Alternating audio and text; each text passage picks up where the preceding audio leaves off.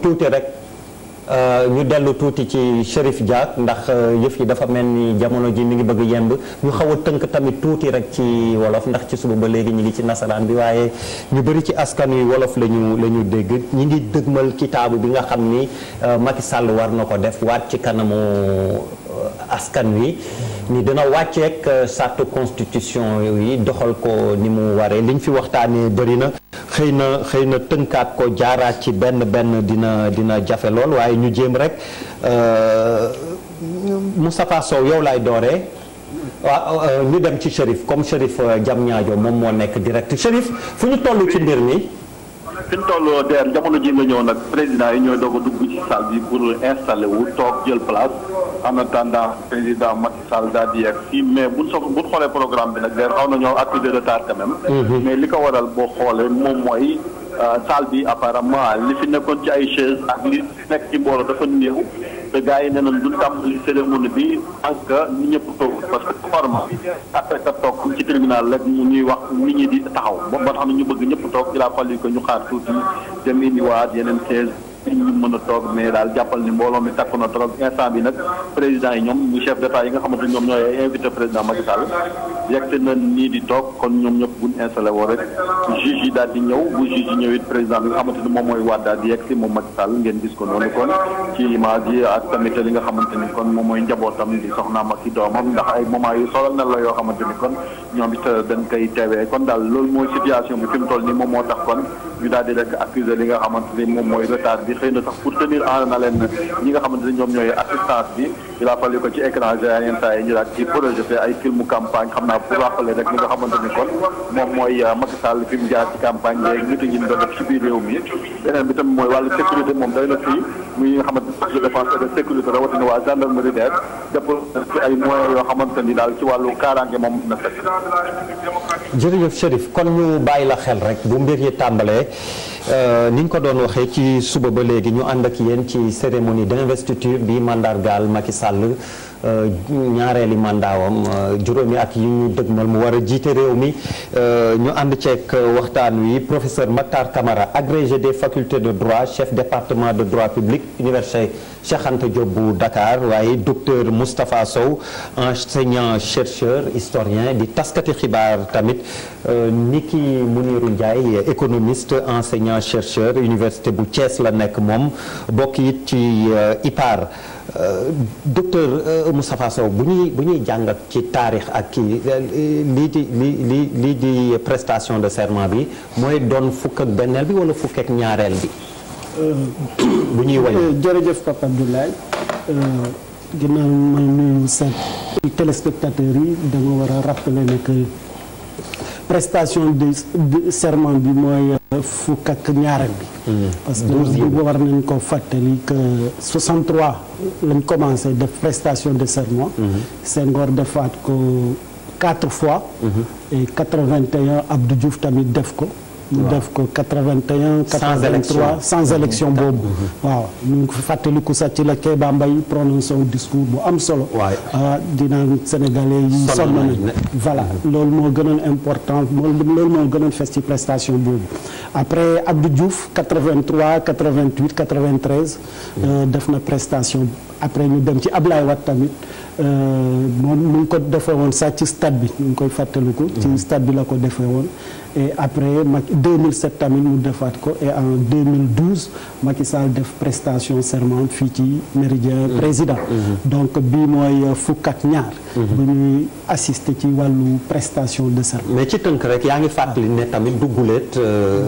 ay prestation de serment buur yeeg. waaw loolu tamit te dañ koy def ba léegi lu am solo la très bien je pense que loolu tamit boo ko gisee ni di nga yaakaar ne loo xamante ne mu ngi door a am. alors que boo gëstoo tuuti ñun suñu société africaine yi surtout Sénégal fii daan nañu def ay prestation de serment dañ ko doon tuddee intronisation des rois waaye te je pense que ba léegi mu ngi am ci yeneen dëkk yi ay Oussouye ay côté Bakel yooyu même Ndakaaru fii yaakaar naa loolu yëpp am na ba léegi Buur Sine dañ ko daan introniser parce que loolu yëpp dafa doon leen woo nekk vraiment bés bi bés bu am importance la ci réew mi bés bu am importance la ci réew mi bés bu am importance tamit ci ki ñuy fal donc kooku war na xam ne vraiment que li mu nekk di li ñu ko sas lu diis lu la war a nekk ci moom parce que moom moo war a nekk njiitu réew mi te kuy njiitu réew mi am na ni nga war a tolloo léegi lu ci gën a important si li ngay wax ci prestation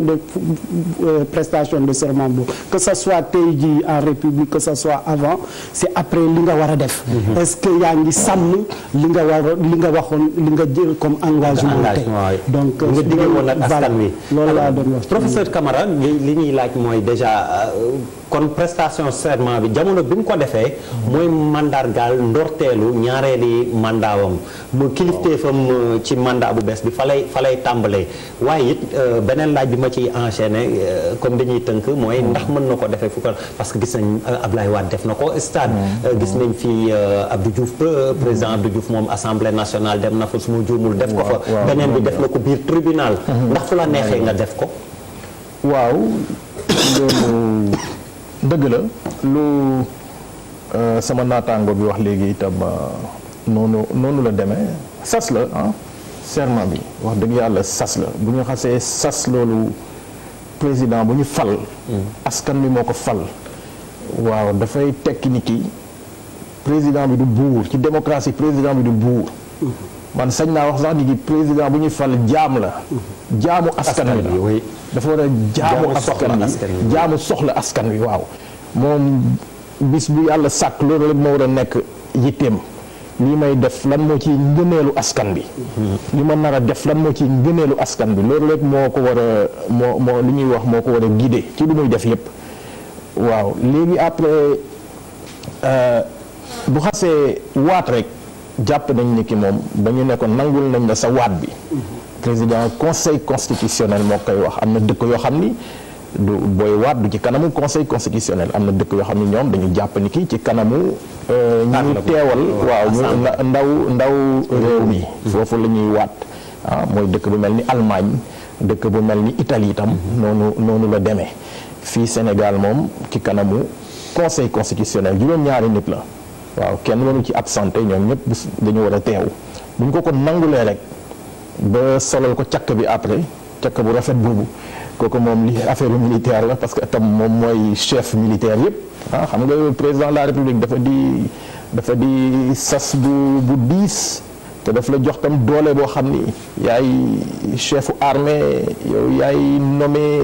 li ñuy wax emploi civils et militaires yaay nommé ministre yaay nommé gouverneur yaay nommé